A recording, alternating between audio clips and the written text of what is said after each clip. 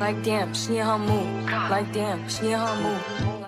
What's up, y'all? It's your girl Jasmine, and I'm back with another video. In this video, I'll be showing you how I do this braid design in a half braid, half sew-in style for my client here.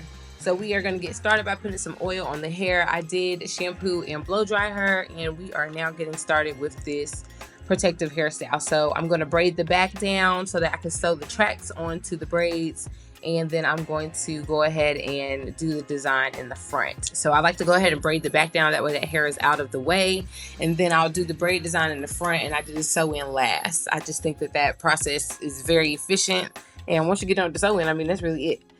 In this style, and probably all the styles that I do, I don't normally do any leave out at that center part. I sew the hair so that there doesn't need to be. So I do show that here in just a second. You know, if you just stay tuned for the end of this video, you'll see how I sewed this with no leave out. So I did put oil on the hair. I'm using a little bit of braiding hair on the perimeter braids, and then the inside I'm just braiding it down and connecting the braids at the nape of the neck. When it comes to the zigzag braids, I showed that in very good detail, I think so.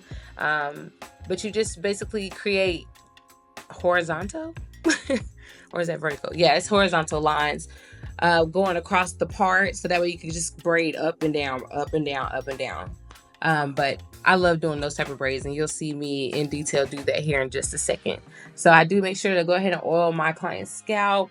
In the back, I love using that Design Essentials Peppermint Aloe.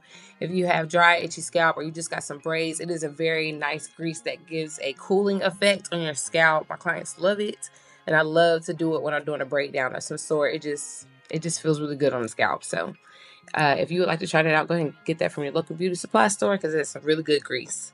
So yeah, just stay tuned for the rest of this video. I think this style came out super cute. She did get a lighter color in the front for the braids, but honestly, I think it looks great.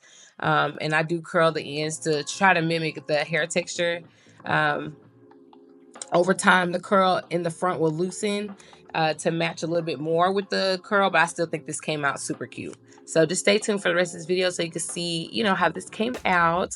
If you are not subscribed to this channel, make sure you hit that subscribe button so you can see new videos every Sunday here on the Pretty Lounge channel, so you can see what's popping at the Pretty Lounge. There's a lot going on. I have so much to share.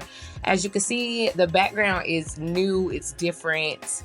And yeah, I've switched some things up. I'm super excited for what's to come, and I can't wait to share with you all. I know I keep saying that every video, but I promise very soon it's gonna come out. So yeah, subscribe to this channel so you can see what's popping at Pretty Lounge. If you like this video, make sure you give me a thumbs up. If you have any questions, comments, concerns, go ahead and get down in the comment section. I'll be sure to get back to you. And as usual, and as always, thank you so much for tuning in.